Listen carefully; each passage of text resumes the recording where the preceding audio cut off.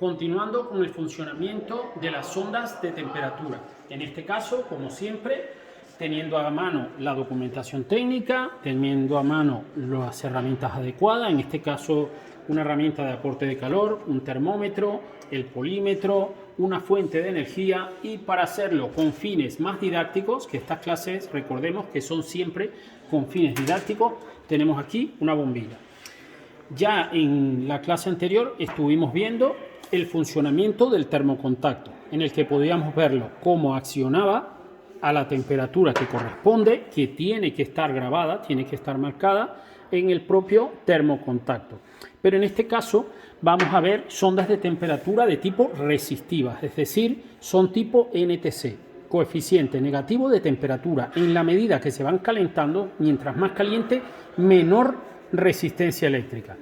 Es decir, si lo vemos allí, esto es cortado para que podamos ver por dentro el elemento resistivo, y aquí tenemos una sonda resistiva, el cual podremos ver perfectamente que si en sus dos fastons, en sus dos conexiones eléctricas, nosotros conectamos el polímetro, en este caso uno a positivo, el otro cable del polímetro a negativo, el polímetro debemos seleccionarlo en resistencia.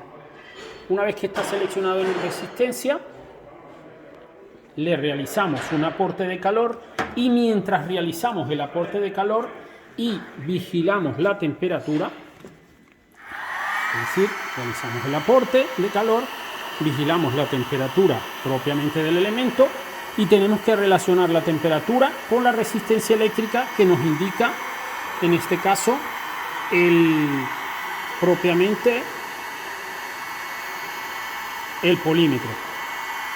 Puede apreciarse cómo la resistencia eléctrica va bajando rápidamente al aumentar la temperatura.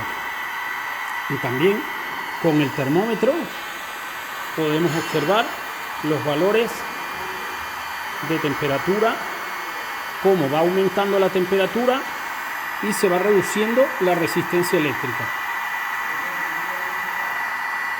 Vale, pues esta prueba es muy didáctica, pero también es válida como prueba de taller, en el cual nosotros, repito, tenemos que estar constantemente vigilando la temperatura como sube, le aportamos calor y a la vez vamos viendo los valores de resistencia.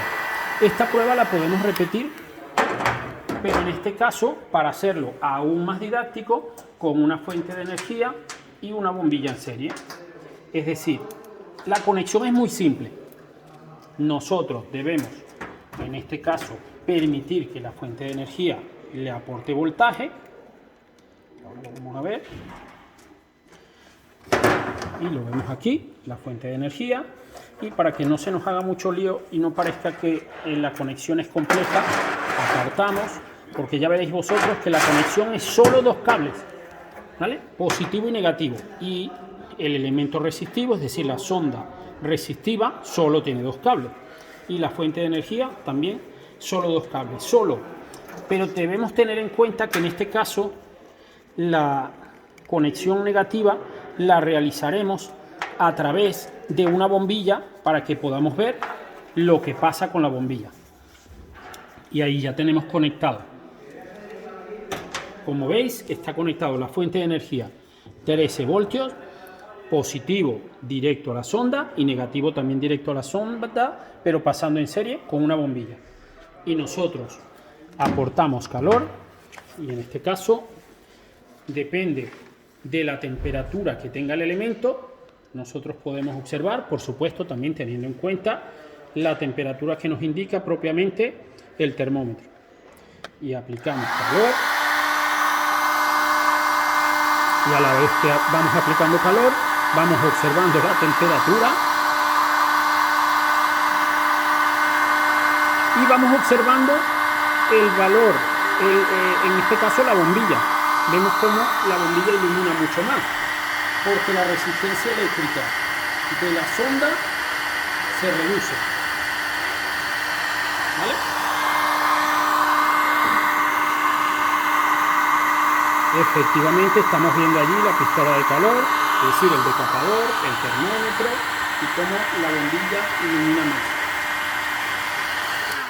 en este caso, si ahora ya no aportamos calor y reduce la temperatura, enfocamos la luz y en la medida que vaya bajando la temperatura propiamente de la sonda, veremos cómo aumenta la resistencia eléctrica y se aprecia perfectamente en la intensidad luminosa de la bombilla.